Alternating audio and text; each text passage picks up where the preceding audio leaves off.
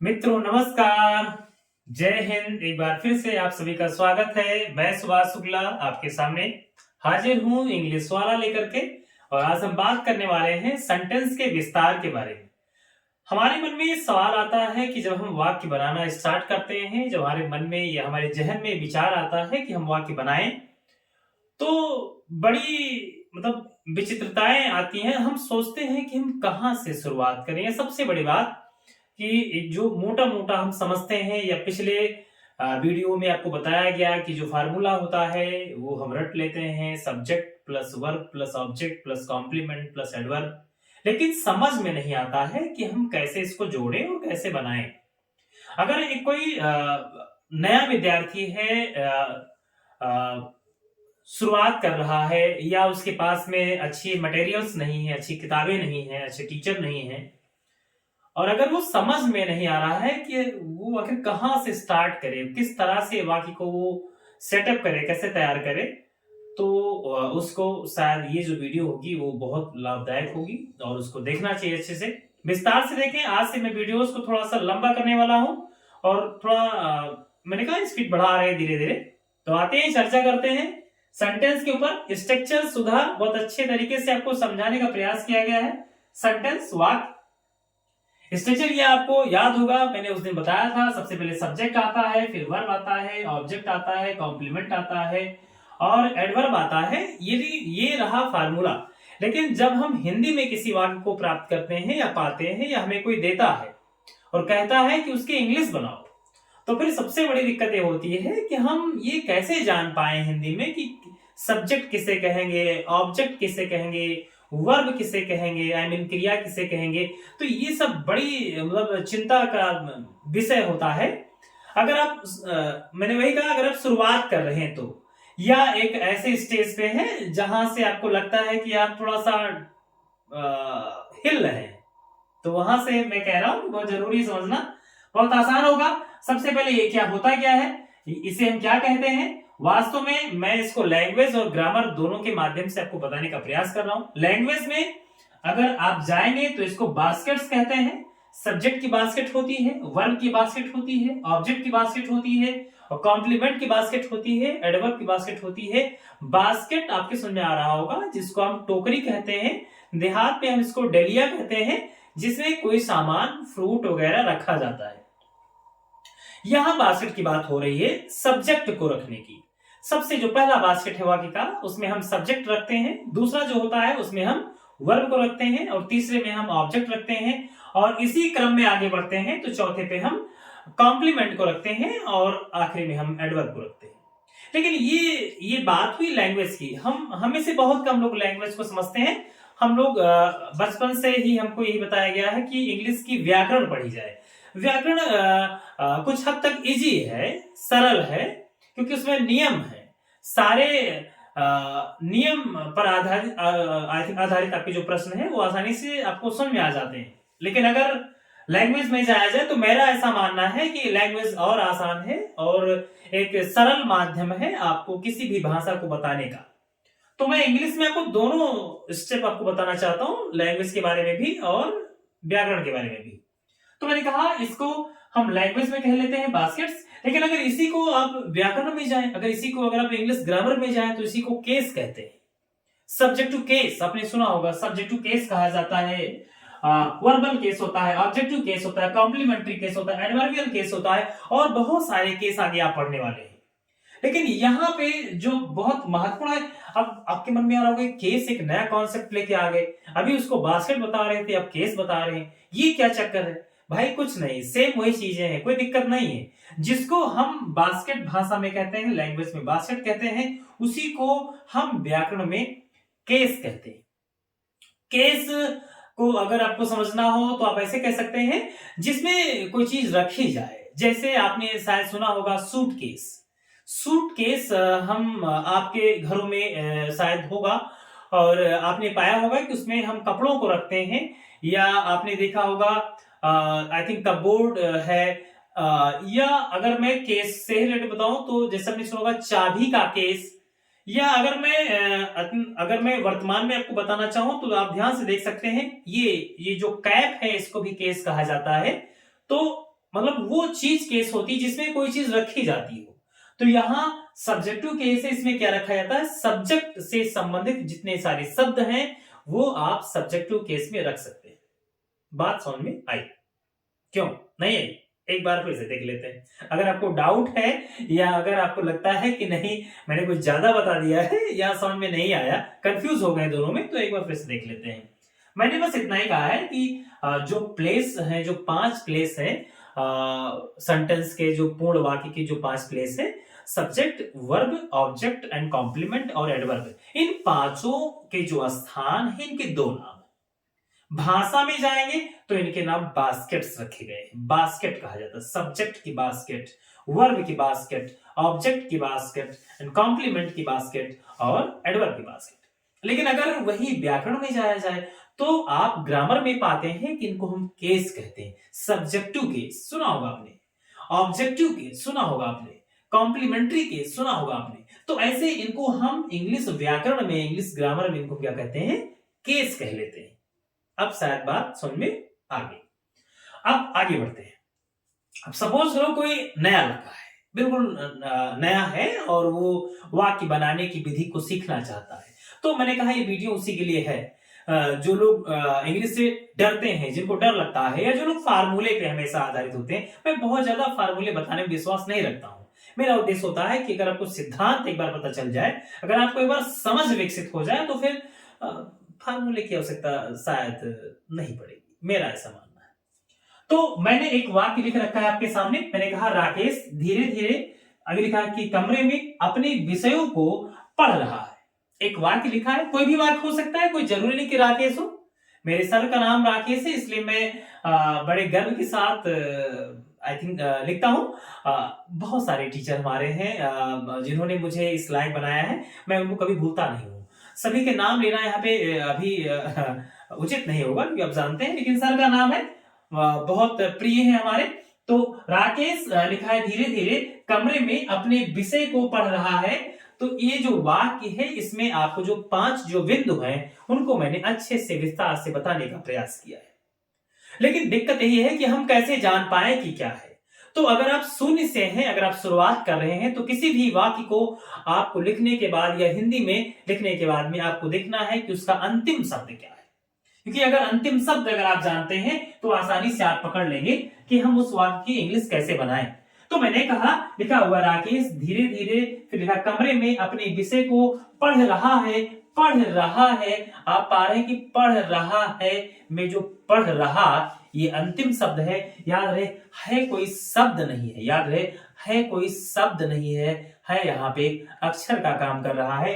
सबसे बड़ी बात, हमें अंतिम शब्द ढूंढना था। मैं हिंदी में बात कर रहा हूं, इंग्लिश की बात नहीं कर रहा हूं। याद रहे, इंग्लिश की बात नहीं कर रहा हूं, हिंदी में बता रहा हूं। तो हिंदी में जो अंतिम शब्द है वो है पढ़ रहा, और पढ़ रहा नाम का जो शब्द है वो एक प्रिंसिपल है लैंग्वेज में। वो कहता है कि वाक्य का अंतिम शब्द क्रिया होता है, वाक्य का अंतिम शब्द क्रिया होता है। शर्त एक और है, वो शर्त अगर आप फॉलो कर रहे हैं, उस अंतिम शब्द में किसी कार्य का आई थिंक करना पाया जाता हो।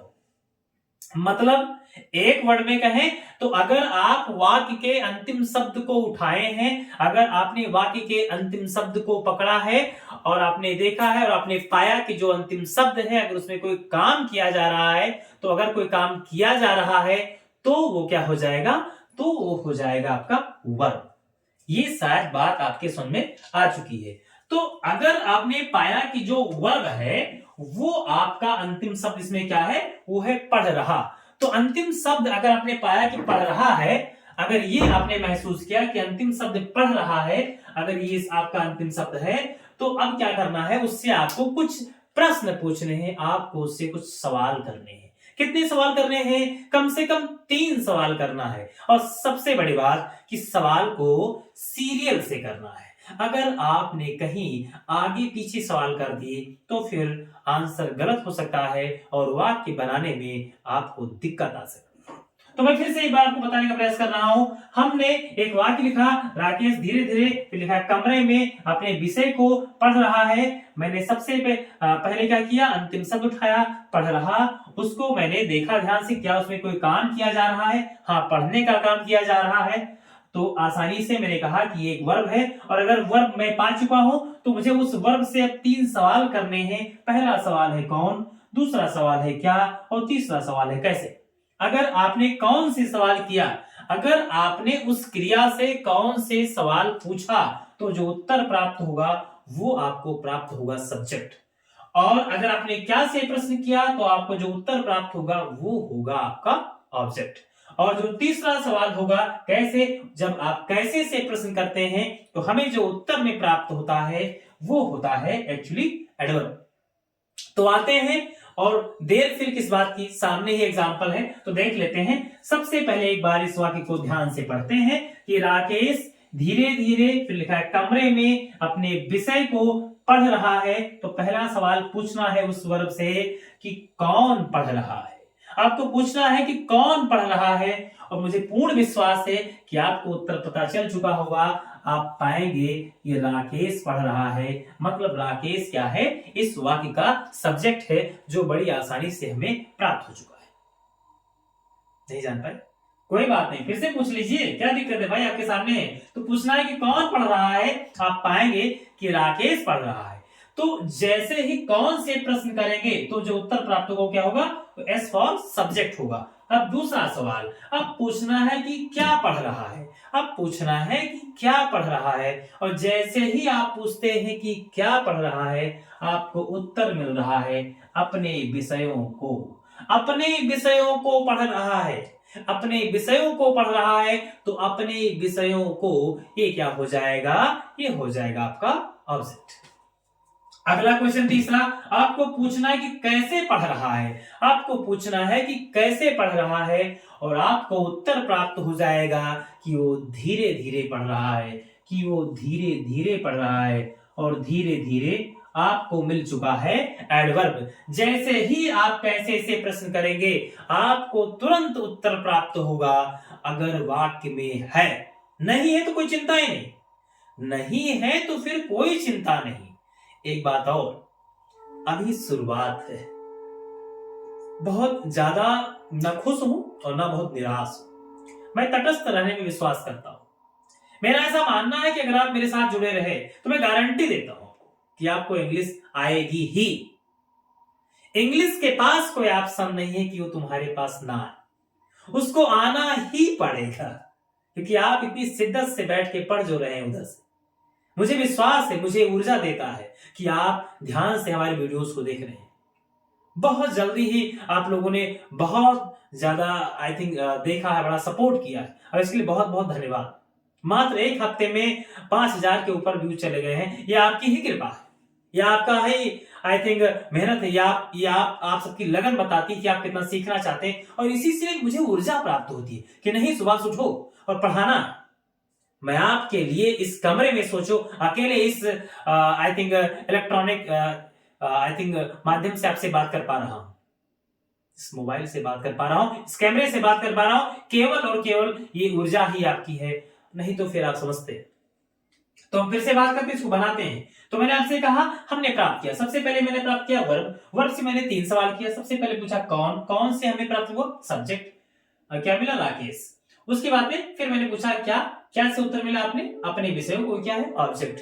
और फिर हमने कैसे से प्रश्न किया, क्या मिला धीरे धीरे, वो क्या है एडवर्ब। अब क्या बचा, आपके सामने एक ऑप्शन बचा हुआ है कमरे में। मैंने कहा जो बच जाए, जो बच जाए वो होता है कॉम्प्लीमेंट। जो बच जाए वो क्या होता है, वो कॉम्प्लीमेंट होता है। तो वास्तव में अगर आप देखें तो आपके सामने सारा बिल्कुल ओपन हो चुका है, खुली किताब है। अब केवल इसको उठा के रख देना है। अगर आपको इंग्लिश आती है इन शब्दों की तो आसानी से लिख सकते हैं। अगर नहीं आती है, सपोज कि मान लो किसी शब्द की अंग्रेजी नहीं आती, तो बहुत निराश नहीं होना है। किसी शब्द की इंग्लिश नहीं आती, किसी शब्द की इंग्लिश नहीं आती है, उस शब्द की इंग्लिश सीखी जा सकती है। क्योंकि इस दुनिया में बहुत सारे शब्द हैं और सारे शब्द सभी को नहीं याद है। मैं तो कहता हूं किसी को सारे नहीं याद, मुझे तो सारे नहीं याद, मैं जानता हूं, मैं अभी भी सीख रहा हूं और शायद आप भी। और वो भी जो सफल हो चुके हैं। सफलता की परिभाषा अपने स्थान पे बदल जाया करती है। तो फिर से आते हैं, इसको इंग्लिश में बनाते हैं। तो पहला फार्मूला क्या है? सबसे पहले क्या लिखना है आपको? सब्जेक्ट लिखना है। सब्जेक्ट हमने क्या छाटा है? राकेश, तो हम लिखेंगे राकेश। उसके बाद में क्या लिखना है? वर्ब। वर्ब हमने क्या छाटा है? पढ़ रहा है, पढ़ रहा है, पढ़ रहा है। याद रहे, आपके मन में सवाल चल रहा होगा कि पढ़ रहा है, तो भाई पढ़ रहा कॉन्टिन्यूअस है, बार बार तो बता रहा है पढ़ रहा है, जारी है काम। अगर कोई काम जारी होता है तो कॉन्टिन्यूअस होता है, और हा के लगने से पता चलता है कि ये प्रेजेंट का कॉन्टिन्यूअस है। तो पहले प्रेजेंट लिखना है आपको, तो अब हम जाएंगे टू बी में, और प्रेजेंट का जो टू बी है वो है इज, एम, आर। तो हम राकेश के साथ लिखेंगे इज, तो हो जाएगा राकेश इज। और फिर हम पढ़ रहा को कॉन्टिन्यूअस में लिखेंगे। पढ़ रहा, तो पढ़ने की इंग्लिश होती है रीडिंग। तो आप जानते हैं, आपने लिया रीड और आईएनजी लगा दिया, क्योंकि मैंने कहा कॉन्टिन्यूअस में काम चल रहा है।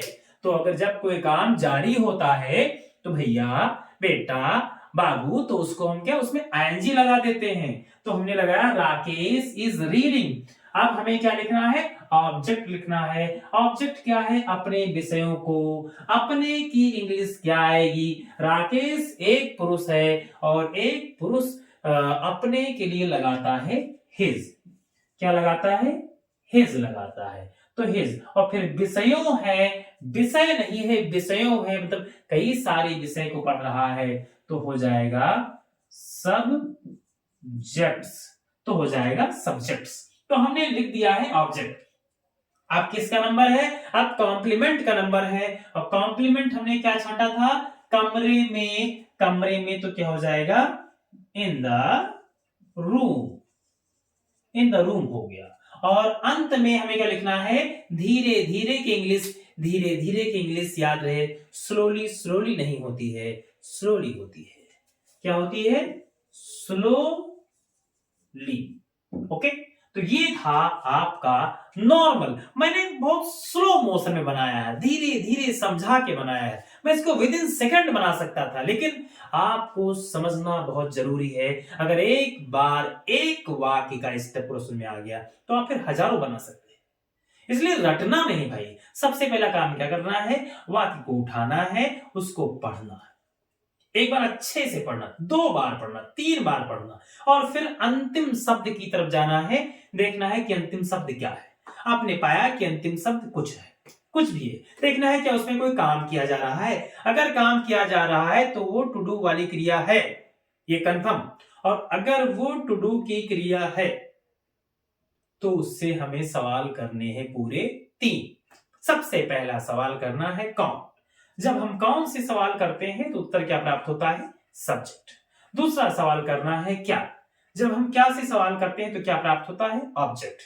और तीसरा सवाल हमें करना है कैसे, और कैसे से हमें प्राप्त होता है एडवर्ब। तो हम सबसे पहले वर्ब ढूंढ चुके हैं, फिर सब्जेक्ट मिल गया 2, फिर मुझे मिल गया ऑब्जेक्ट 3, और फिर मिल गया आपको एडवर्ब 4। अब एक ही बचा है, और वो होगा आपका कॉम्प्लीमेंट। इन सब की हिंदी भी साथ में जानते चले, क्योंकि आप जानते हैं हम भारतीयों के मन में सबसे पहली यही विचारधारा आती है कि इसकी हिंदी क्या होगी यार। और टेंशन नहीं लेना है।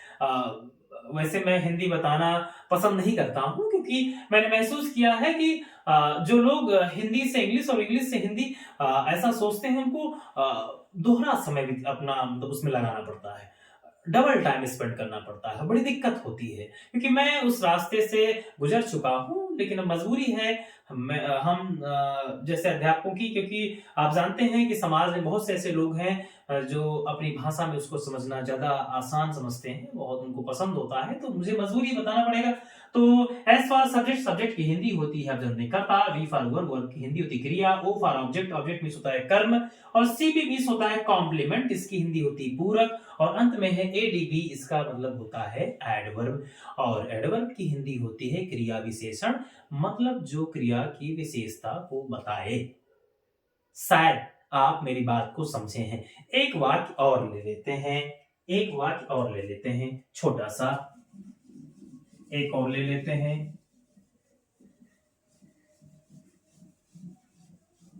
एक वाक्य और ले लेते हैं छोटा सा।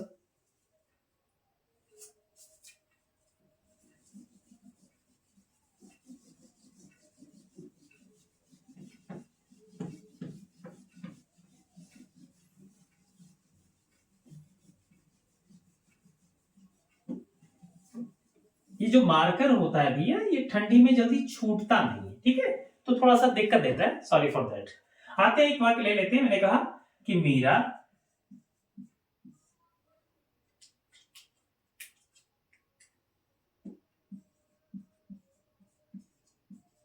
इस पत्र को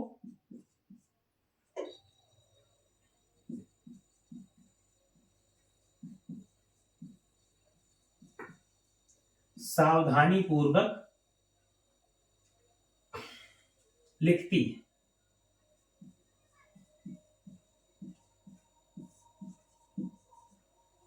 तो हमने एक वाक्य लिखा कि मीरा इस पत्र को सावधानी पूर्वक लिखती है।